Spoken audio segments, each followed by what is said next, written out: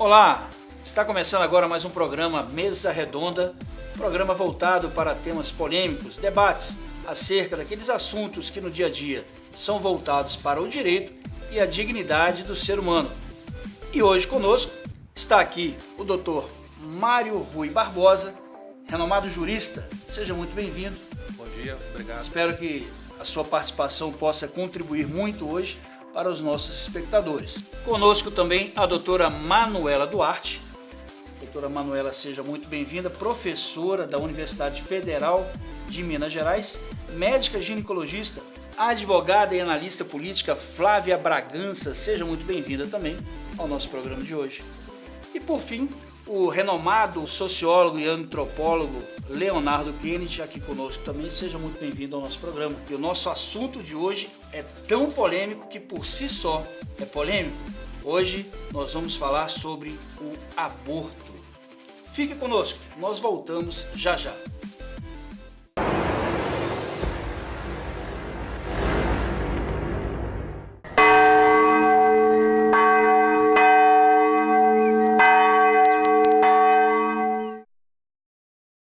Estamos de volta com o programa Mesa Redonda, hoje debatendo um tema tão polêmico que é o aborto. Afinal de contas, abortar é seguro? Quais os prós e os contras, se é que existem, que os nossos convidados têm hoje a nos apresentar a respeito da sua experiência de vida e a respeito dos seus conhecimentos científicos sobre o aborto. Bom, para começar, nós vamos chamar uma matéria feita onde duas pessoas, duas mulheres que realizaram o procedimento de aborto, dão para a gente o seu depoimento. Vamos assistir. Eu morava com os meus pais e também cursava meu último ano do ensino médio. Eu já namorava há algum tempo e sempre nos relacionávamos sem responsabilidade. Não usávamos camisinha e também não conhecia nenhum método conceptivo para que eu pudesse fazer para evitar uma gravidez indesejada. Em uma das relações eu engravidei. Fiquei sem saber o que fazer, surpresa, desesperado. Estava começando a minha vida e logo resolvi abortar. E foi então que uma amiga me indicou uma clínica clandestina, em que em todo o tempo eu tive medo. Foi um lugar horrível. Fiquei bem assustada, foi difícil. Por não saber o que eu queria, que eu sabia que não era o certo. Eu vi todo o procedimento que foi feito em mim, sem estar sob efeito de nenhum medicamento. Eu sentia muitas dores e cada vez sangrava mais. Parecia que aquele pesadelo nunca ia ter fim. Fui ficando cada vez mais fraca e desmaiei logo depois de algum tempo.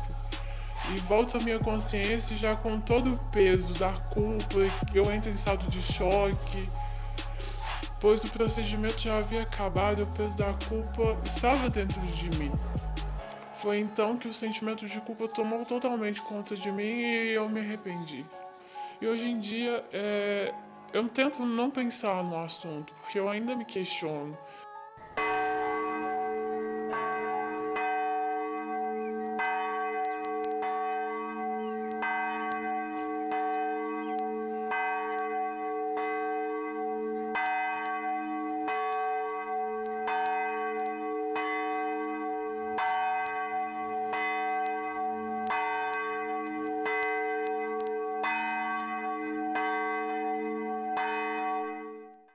Bom, eu conheci um cara numa festa e nós ficamos. Já tava meio bêbado, então nem me deu o trabalho de pedir pra que ele usasse camisinha. Na manhã do outro dia, eu até tomei aquela famosa pílula do dia seguinte, por precaução, mas infelizmente não funcionou. Acabou que eu fiquei grávida desse cara e o nome dele eu nem sabia. E aí começou o meu desespero. A primeira coisa que eu fiz foi procurar um remédio para acabar com a situação o mais rápido possível. Não achei em farmácia nenhuma, mas pedi a ajuda de uma amiga que me recomendou comprar pela internet e até me passou o site. O chato é que o remédio era muito caro, provavelmente porque o aborto é ilegal e tal. Mas é claro que eu paguei sem pensar duas vezes. Confesso que passei por um aperto, parar no hospital de tanta cólica que eu tava sentindo. Mas valeu a pena, porque pra mim não existia nada pior do que ter um filho. Eu nunca quis ser mãe, e até hoje eu não suporto essa ideia. Então eu prefiro tirar do que correr o risco de destruir a minha vida, sendo uma péssima mãe, ou dar a criança para viver no orfanato, sofrendo para ser adotada. Hoje eu faço de tudo que posso para evitar ficar grávida de novo, mas se engravidasse, abortaria outra vez, sem problemas, porque não tenho nenhum arrependimento.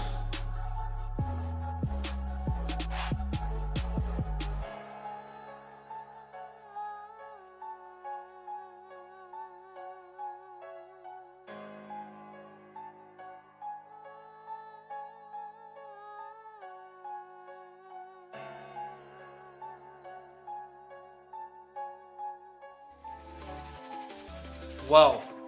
Duas pessoas tão diferentes, mas com algo tão delicado em comum, que é o procedimento do aborto. Visões diferentes, nós podemos observar que o entendimento de cada uma delas realmente é diferente. Mas nós queremos ouvir a senhora, doutora, para a medicina, o que é o aborto na verdade? Bom, de acordo com o Ministério da Saúde, o aborto ele é tanto o ato de abortar, quanto produto da concepção eliminada em abortamento, que é um outro nome, um pouquinho mais técnico, para denominar a descontinuação de uma gestação. Porém, só se configura um abortamento se o feto tiver menos de 500 gramas e se o procedimento for realizado antes da 22ª semana de gestação. Fora desses critérios, a interrupção da gravidez ela já é chamada de parto prematuro. Interessante essa visão que a senhora nos apresenta e me faz lembrar, doutora, de uma analogia que eu gosto muito. Imagina você um avião. Você olha lá no céu aquele avião voando e você não imagina que ali dentro existem 150 vidas. Você olha apenas o avião, não é verdade? Com relação ao aborto, um pouco de semelhança com essa analogia. Porque quando se fala em aborto, pensa-se apenas no ato. Nós não pensamos na vida, tanto da mãe quanto do feto. Não é verdade? E a gente vai agora saber a opinião do Dr. Kennedy.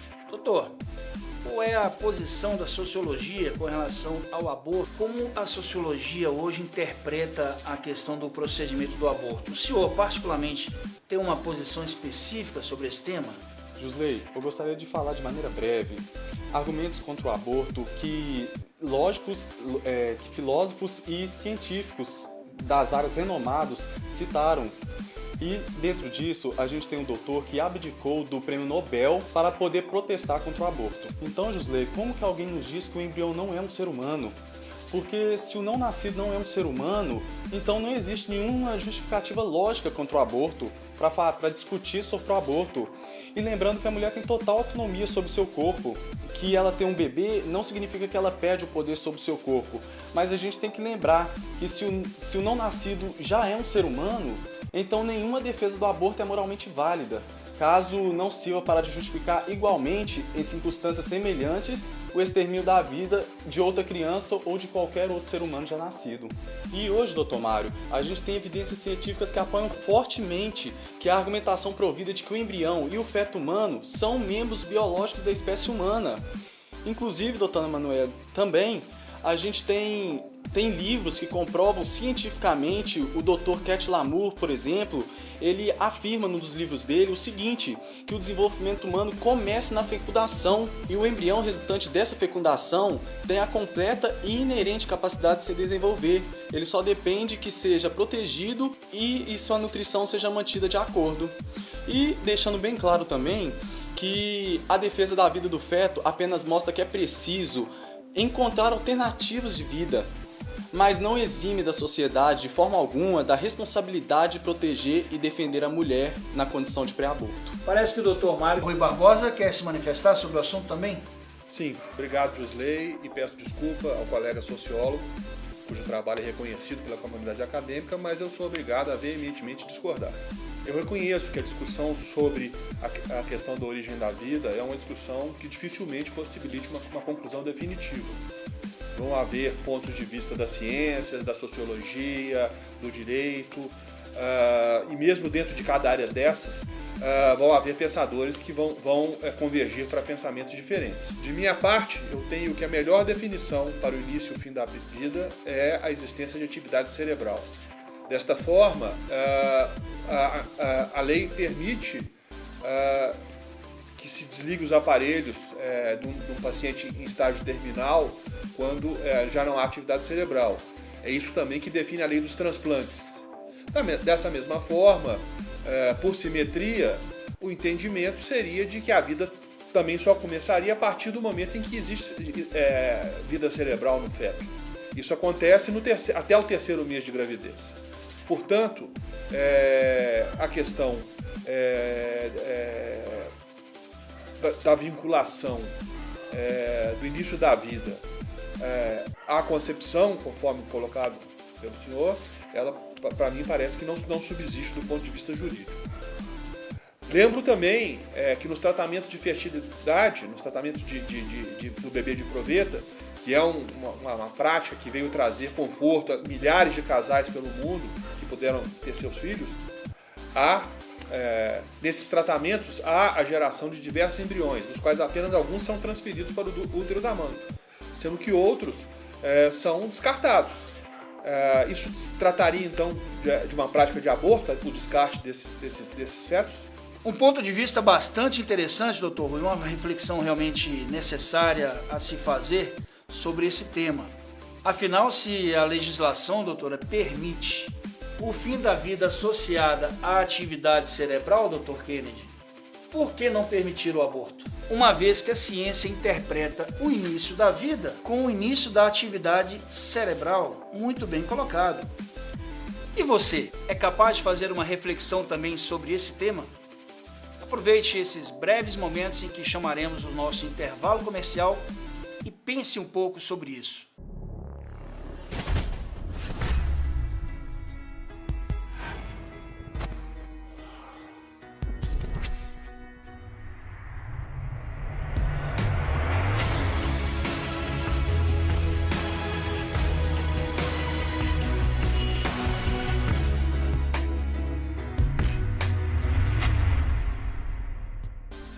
Muito bem, estamos de volta com o nosso programa Mesa Redonda, hoje debatendo sobre uma questão tão difícil e tão polêmica que é o aborto. Doutora Manuela, no primeiro bloco nós assistimos ao depoimento de duas mulheres que passaram pelo procedimento do aborto. Eu pergunto para a senhora, até que ponto uma mulher corre o risco ao fazer um aborto? Ao tratar do aborto induzido, a Organização Mundial de Saúde ela contrapõe o abortamento seguro, realizado em condições adequadas, do inseguro, que é feito em ambientes insalubres e ou por pessoas imperitas para realizar o procedimento. Só para vocês terem uma noção, existem dados de que no mundo são praticados 22 milhões de abortamentos inseguros por ano, dos quais 47 mil terminarão em morte e 5 milhões trarão disfunções físicas a essas mulheres, como hemorragia, septicemia, traumatismo uterino, sem contar os danos psicológicos, porque alguns dos métodos utilizados nesses casos são desumanos e envolvem desde a inserção de objetos no útero até a aplicação de uma força externa qualquer, como por exemplo uma série de pancadas na parte inferior do abdômen da mulher. Com a sua permissão, doutora, olha gente, dados da Organização Mundial de Saúde conferem e atestam que em países onde o aborto é legalizado, o índice de aborto diminuiu. Não é um paradoxo? Exatamente. E o curioso é que parece existir uma profunda relação entre a transigência legal do abortamento e o impacto no cenário mundial de saúde da mulher. E são dois fatos constatados pela OMS que nos levam a essa conclusão. O primeiro é que nos locais onde as políticas públicas e a legislação permitem que o abortamento seja realizado em condições seguras, os índices de incidência de abortamentos perigosos, esses abortamentos inseguros, e das complicações geradas por eles são significativamente reduzidos.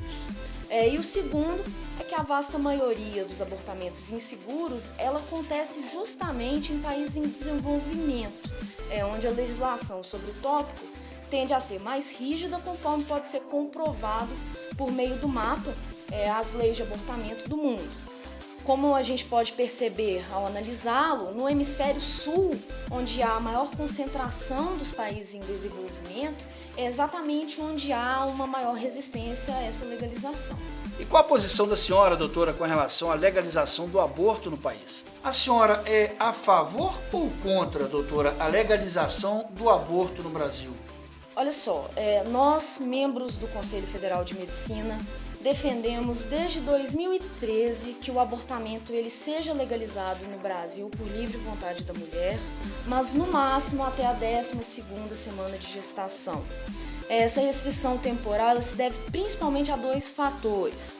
O primeiro, já foi mencionado pelo meu colega Mário Barbosa, é o consenso científico de que o sistema nervoso central do feto ele já está formado com 12 semanas, o que significa que, neste momento, haverá atividade cerebral, um critério que, por uma corrente chamada neurológica, define o início da vida.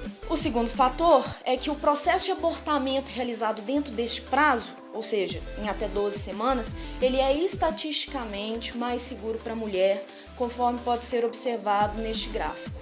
É claro que o acesso a um abortamento seguro ele não deve ser visto como um mero substituto de uma política de incentivo ao planejamento familiar e à contracepção.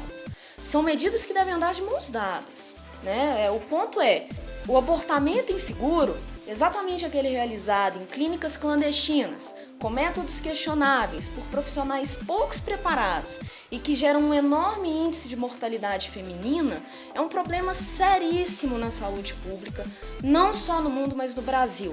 E por isso me parece essencial repensar os rumos da legislação penal no nosso país. Doutora Flávia, a senhora comunga da mesma opinião do Conselho Regional de Medicina? Bom, inicialmente eu gostaria de contextualizar que o aborto é um crime tipificado no Código Penal, no capítulo que trata dos crimes contra a vida. E o artigo 124 ele trata do autoaborto, os artigos 125 e 126 eles expõem o aborto provocado por terceiros, sendo o primeiro sem o consentimento da gestante e o segundo com o devido consentimento dela. Temos ainda o artigo 127 que traz os agravantes ao crime. E por fim o artigo 128 que ressalva as hipóteses do aborto legal, que é no caso de salvar a vida da gestante, ou então um aborto que é fruto de um estupro. Desde abril deste ano, o STF, na DPF número 54, ele considerou que, dentre as modalidades do aborto legal, temos também o feto anencefalo.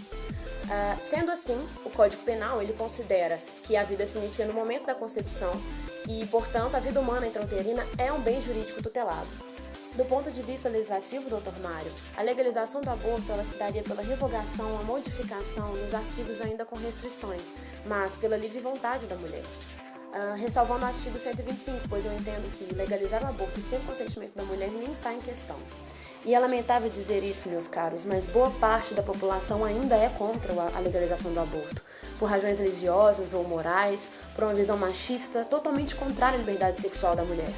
A opinião dessa minoria é considerável em tamanho e em poder de comunicação, tem total apoio das igrejas e dos meios conservadores para sua disseminação. A manifestação do pensamento dessas pessoas é feita livremente, em sites de relacionamentos, ou em blogs, vídeos postados na internet, e contam com vários seguidores que apoiam e muitas vezes condenam aqueles que são a favor.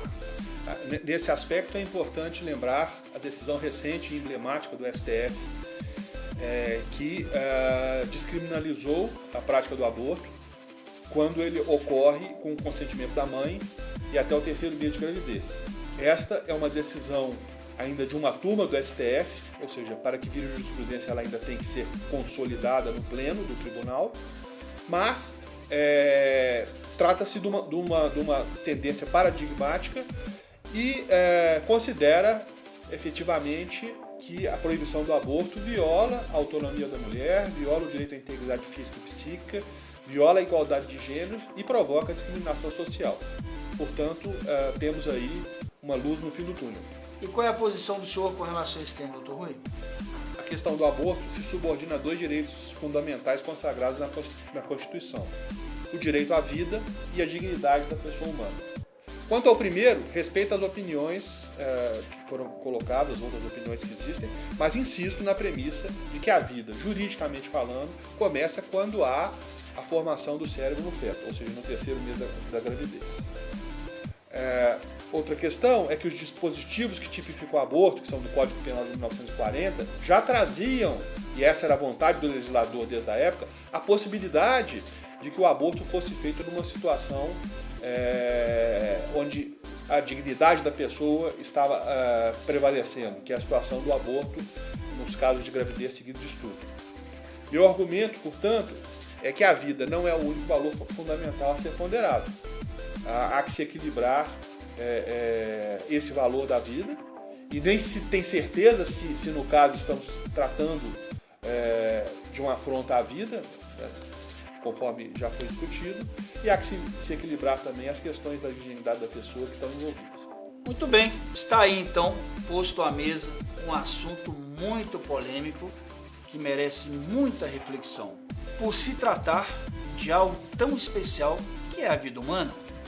Nosso programa de hoje está chegando ao fim. Eu quero agradecer aqui a presença dos senhores, das senhoras. Muito obrigado pelo tempo que dedicaram para esses esclarecimentos. A você que está nos assistindo também.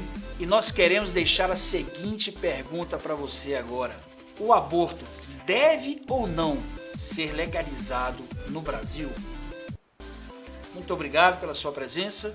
Muito obrigado pela sua audiência.